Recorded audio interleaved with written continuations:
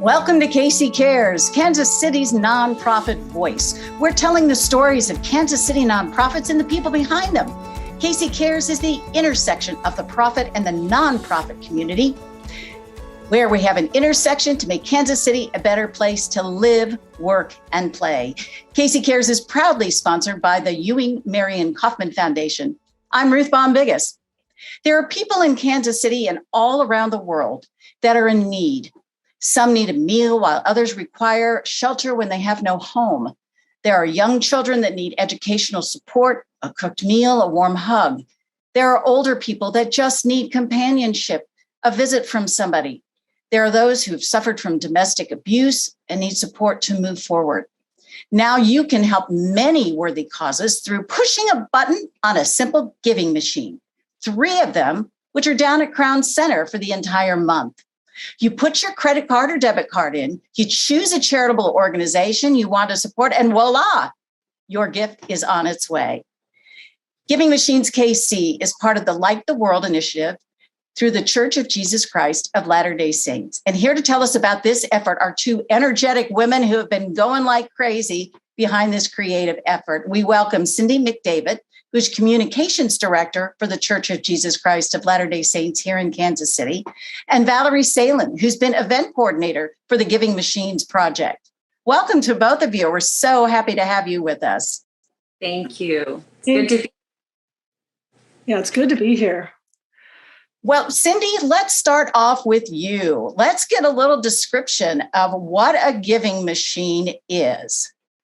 Sure. A giving machine is a vending machine with a twist. And as you mentioned, you just swipe your card and you can donate something to charity. It's similar to buying a candy bar, where you select E5 and go ahead and pay for it. In this case, you enter a number, but it might be a goat or a couple of chickens or a meal for someone in need. And then just swipe your card, and there's a little card in the machine. When you're done, it drops into the bin. And then you have the opportunity to get a tax-deductible receipt. Cindy, where did this whole concept come from? I know it wasn't born in Kansas City. Can you tell us a little of the history of it? That's correct. So a few years ago, a group in Salt Lake City was trying to figure out how can you make giving just really easy for people. People want to give, and they often just don't know how to do it or where to do it. And they said, it ought to be as easy as buying a candy bar from a vending machine. And then they said, wait, it could be. And so they developed the whole concept around that. Well, that's just amazing. And I know you recently had your kickoff and you put this into action. Valerie, you have chaired this event here in Kansas City. Can you talk a little bit about the effort that this has taken and what it's involved? Well, first of all, this was the first year, and to kick it off was so exciting. And we had to build something from scratch, right? And so it was really exciting to learn the location of the giving machines. They're at Crown Center Square. So that's where we started. Cindy worked exclusively with Crown Center in arranging all of, what we could do on their property. We had lots of support from, our city, and the governor as well came. But my main contributions probably to the event were lining up the different, just the different elements to build the program, right? And so it was really fun to find the choir teacher at Paseo High School for Arts, I can't remember the full name, and his name is Willie Thornton, and his choir came and did a phenomenal job. It was so wonderful to see them there. We had Casey Rumble from the Chiefs, their drum line, come. We also had Andy Reid be a part of the program. We knew that he couldn't be there in person with all the COVID protocols that they're taking right now to remain safe. So we had to think out of the box, like how can we involve him in this day without him actually being there. And so it was perfect because we're living in a pandemic right now. What else have we all learned how to do but this, right? Zoom. So it seemed appropriate to have him join us via Zoom or live stream for the event. And so that was kind of fun to coordinate. And then we had Casey Wolf be a part. So it was a really fun thing to put together, and to see hundreds of people come out for this day was a real thrill. Well, Valerie, I think you're very humble and not sharing how much work this took. But the first question for me, top of mind, is how the heck did you get Coach Reed? That is not an easy thing to do. You know what? It is not an easy thing to do, but I think that Cindy is the person that contacts them and speaks to them, is in contact with them a lot. And I will say they did so without hesitation. They felt, when I got to be with them during the filming of these promos that came out, they were so willing to participate and support this project. And I got to know them in a way that was a different angle, right? We all know Coach Reed, and it was very fun to see him in this element, he and his wife Tammy, and how supportive they were of this project and how they really love Kansas City and how they saw that these organizations were really going to benefit those right here in the city. So really, it wasn't that hard. If you ask Cindy and I, do you think, Cindy? Yeah, I have a great connection with Andy and Tammy Reed. From a church perspective, I've been asked to kind of be the contact for them because people in our area just love Andy Reed. You know that. And if we didn't offer a little bit of a process through the church to get to them, people would be asking them to do things all the time. And so we're very careful to maximize the reach that Andy and Tammy Reed have when we take their time. And especially at this time of year, this was very unique. Normally, they will not agree to give time this time of year, but they could just see the potential of this to do so much good in the community with the giving machines. Well, I think we need to share that they are members of the church. Correct? Yes. So there's a personal relationship there. I think for nonprofits, whether you're a faith organization or a community organization, finding that right celebrity to give a bump up, call attention to, is always, it's not an easy thing. So I think you had a little edge there, but that's wonderful that they were able to step up to the plate and give time and give voice to your efforts. Cindy, I wanted to ask you, what are the kinds of causes that we will find in the giving machines? Because there is a local connection. It's just not international organizations. Absolutely. So locally, we have Operation Breakthrough, which helps children in poverty to get a step up educationally and with childcare. We have the Don Bosco Center that helps immigrants and the elderly, for the most part, in their center. We have Hope Faith Ministries, which ministers to the homeless and helps them in so many great ways.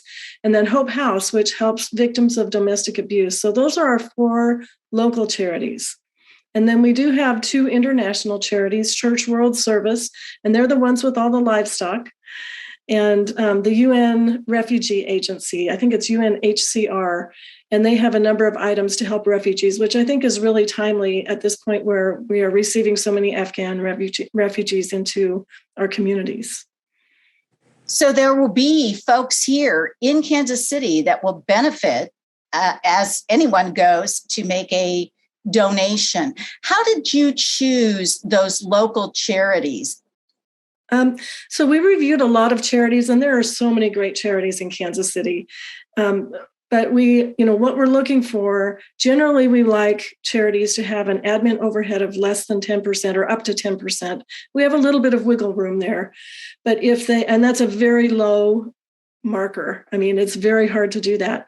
One of the groups that we had was above that, but they agreed that they would use no more than 10% of the proceeds from the machines for their overhead. So that's a big one. Latter-day Saint Charities is our humanitarian arm for the church, and they go through a process of vetting the charities to make sure that there's, just no negative scandals in their recent history.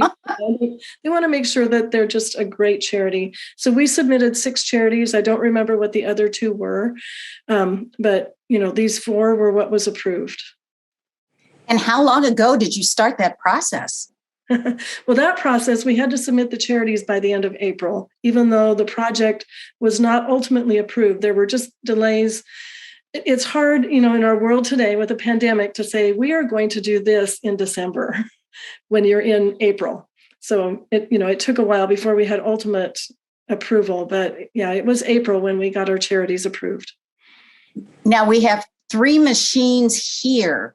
This is being done elsewhere. Is that correct? Where else? And Correct. How does it work in other cities? Sure. So this year there are 10 cities in the United States.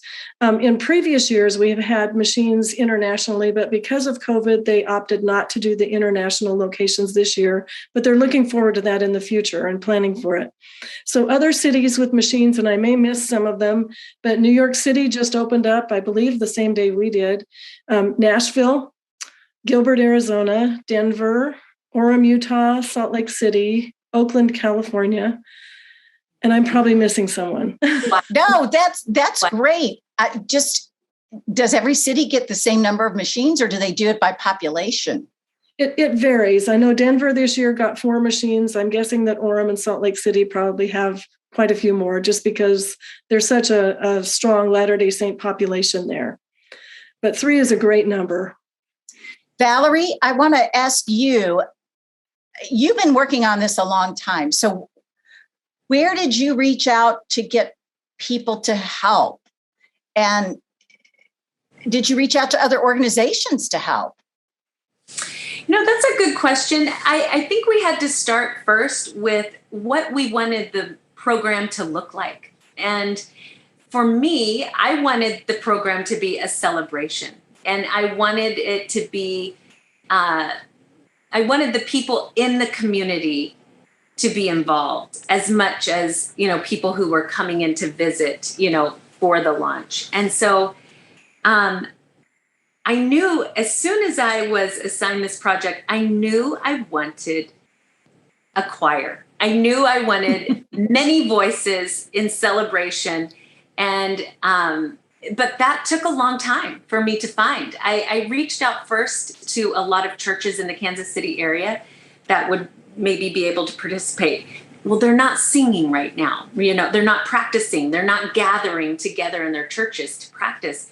And so I guess it dawned on me a few weeks later, 2 weeks prior to the event. So I was getting very nervous that my daughter is in high school and she sings in a choir. So high schools have to be practicing and have to be doing this. So that's when I started reaching out to some Kansas City high schools and ran into the Paseo High School Choir. And so, yes, working with them. And then, we just kind of, in terms of working with other organizations, probably not as much in this capacity for the launch, but just, Casey Rumble, the Chiefs coach, or the Chiefs drum line, and having Casey Wolf come. So, contracting those types of people.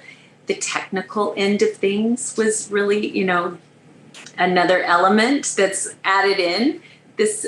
So there were lots of elements that we had to layer together, and it was stretching me, to say the least. I'd love for you to give a little advice. As part of the webcast is we like to be able to share experiences so that some other organization that might go through this kind of a, launch of an event, what kind of things have you taken away from that? Any tips for those of us in the rest of the nonprofit world as you try to assemble, because this was a huge event. or something that's going to go on for at least a month? Yes, I think the first thing I would probably say is an outdoor event is something that a lot of people in the event world don't want to participate in because of all of the elements. So we had a little bit of a hard time because of the live stream. We needed screens to be there. So if you're planning an event, a lot of times event rental places, they won't even do an outdoor event because it's too risky for their equipment, for technical difficulties, etc. So that was one thing to keep in mind, I guess, is an indoor event is a lot easier to plan. It didn't stop us, and thankfully the weather was unusually amazing that particular day. I think we have, I will say, for our church, we have a lot of members who are willing to give of their time. And for example, me, I'm not a paid position for this project. It was an assignment to me, and I loved doing it. That was the same throughout this entire process for our MCs, for the sound crew. It was all his equipment, all of his time. He was there from 9 in the morning until 10 at night. So those sort of things kind of come together. So I would say having a good resources within your own organization of people who are just there and ready to give is always a great benefit. So, and don't be afraid to ask. Don't be afraid to ask, which sometimes I am, because I get worried, but Cindy is amazing at project managing, and she knows how to ask in a way that encourages people to want to do it. So it's great. Cindy, I'd like to know from you a little bit. This is part of a broader project outreach of the church. Can you share a little bit about that? Sure. So this is actually one piece of a larger project or initiative called Light the World. And I think lighting the world is something that has appeal across faiths and to people of no faith, that we need more light in our world. We need more. And in fact, this year's theme is Light the World with Love.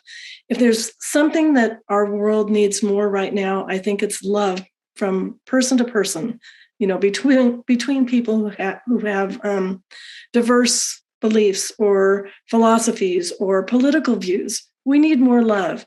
And so that initiative encourages people through the month of December to perform daily acts of service. In fact, there's a calendar that is produced for it, suggesting just simple things. It might be something like calling your mother or texting someone to say how wonderful they are or how you've missed them. Just simple things like that, I think, can really help our world heal from where we are. So it is part of that initiative.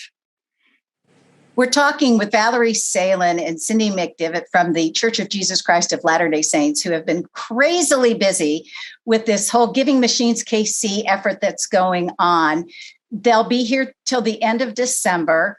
Talk a little bit about what's available. I mean, do I have to spend big bucks to be charitable? Not at all. So the items in the machines range from $5 to $300.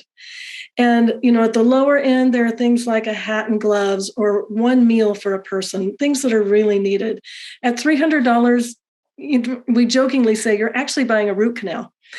A root canal, I think, is more than that, but it's a dental visit. So, it's kind of some fun things, but very much needed things. People are drawn to the chickens. The chickens are probably the most popular item. And during our launch, we ran out of chickens in 2 machines. So they had to restock those. But there are goats and pigs and beehives, a walker for someone who needs it, heating element or heated little space heaters for the elderly, boxes of fresh produce, all kinds of items in the machines. Now, when this is all done at the end of the month, and you've refilled the machines a gazillion times because people are so charitable, we know, during the holiday season. Will there be an actual giving of the items, let's say, to the local charities, or how will that work? Yes. So how that will work, probably in a February timeframe, we will present a check to these charities. And we look forward to that event. Obviously, it's not a real-time thing. There are no goats or chickens in the machines. So, yeah, that will be presented in February. It gives time for credit card transactions to wind through. And if people have made an error in what they intended to purchase, they still can challenge their credit card transactions. So they just give a billing cycle, and then they'll present the check to the charities. Well, this is such a cool idea. Cindy, why not do it year round? That would be wonderful, wouldn't it? I think I might not survive a full year of machines. It is wonderful, and it's something that I really look for the joy in, because we all feel joy when we give. But it is just a special time of year. And so it's about a 1-month initiative. And we hope that it will be a Kansas City tradition. We will keep the machines here, and we look forward to 2022.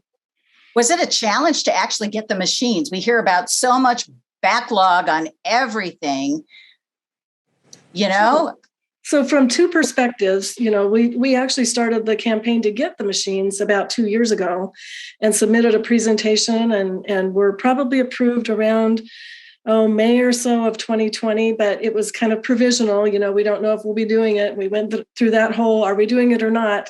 And they finally decided that they just couldn't feel good about doing it during COVID with the risk. But once it was approved, we moved forward, and there was a little concern about getting the machines once we had the full approval of it.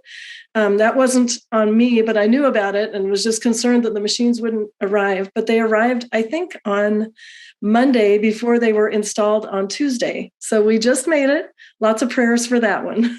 Wow. Well, Valerie, I bet that gave you a little bit of nervousness on getting this all kicked off.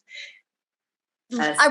I wanted to talk a little bit, though, beyond this. You both are very involved in other work that the church does. Valerie, can you tell us a little bit about the other things you all do to help in the community? It is, I agree that we have a great organization within our church, but, and it's called Just Serve. But I will say my experience with wanting to serve is very personal. And it started when I was a young girl, and I think I was 16, and like every 16-year-old, probably a little self-absorbed and probably a little bit like thinking I had the worst life in the world, right? Like every 16-year-old.